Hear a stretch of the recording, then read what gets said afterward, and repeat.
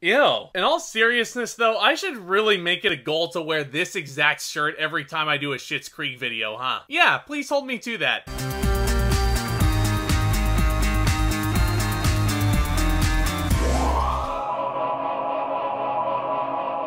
Hey there guys, how are you? Welcome back to my channel and welcome back to yet another installment of TV Thoughts. And as always, I thank you all so much for stopping by.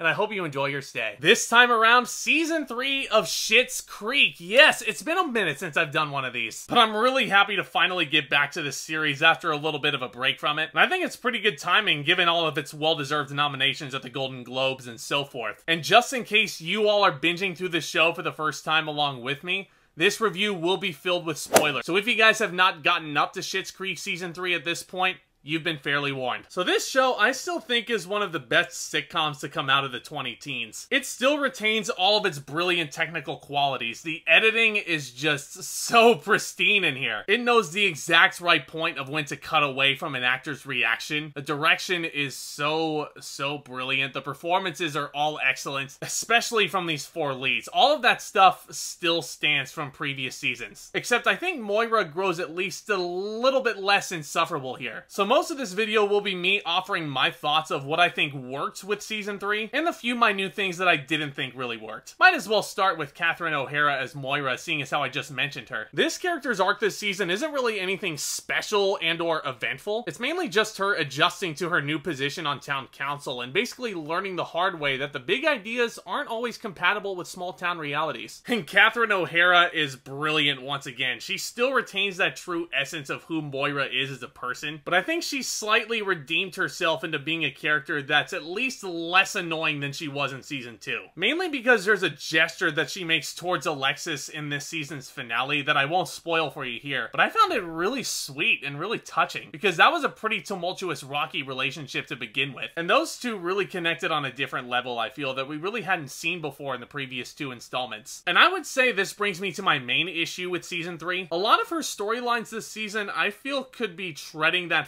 fine line where they could almost be considered like a soap opera. Just to give you a couple of examples, there's a photo shoot she has with an ex-boyfriend of David's, and there's an instance where her and Roland, played hilariously dumb by Elliott, sleep in the same damn bed. And that whole misunderstanding basically becomes the big joke for one episode. I think it honestly kind of lost track of the show's overall tone with that. I wasn't fully behind that storyline. I didn't really think it was all that funny. Nevertheless, I do feel like Moira was a lot more fun to watch here. Eugene Levy once again masterfully plays her husband Johnny, and he's hit a brick wall in his quest to get the roses out of Schitt's Creek, and he struggles to find a new project to give his life purpose. That is, until he finds a project right under his nose and partnering up to run the hotel with Stevie, who gets a lot more to do this season as well. Great to see for her character. And I honestly feel like this was a perfect fit for Johnny. Like, it really feels like he's finally hit his stride as a character. I mean, this really was starting to feel like Eugene Levy finding Johnny's comfort zone after a couple of seasons of struggles, as well as masterfully playing the straight man to all the ridiculous hijinks going on in town. But even though the character seemingly feels like he's back on his feet, it still feels to me like his whole arc still retains the proper tone of what Schitt's Creek is all about, because he still feels like a fish out of water in this small town, and I think Levy is excellent at playing this character. You want to know what the most pleasantly surprising thing about Season 3 for me was? Annie Murphy as Alexis. Now, she's a great performer,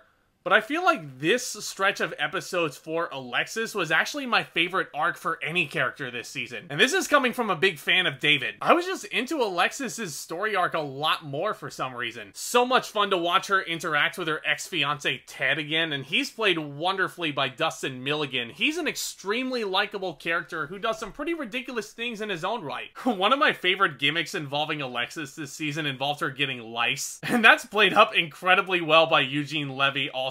He basically goes around to all the guests in the sold-out motel, and he's basically telling them that he has to change the sheets, but he doesn't give them any sort of reason, because he doesn't want them to know that there was a lice outbreak.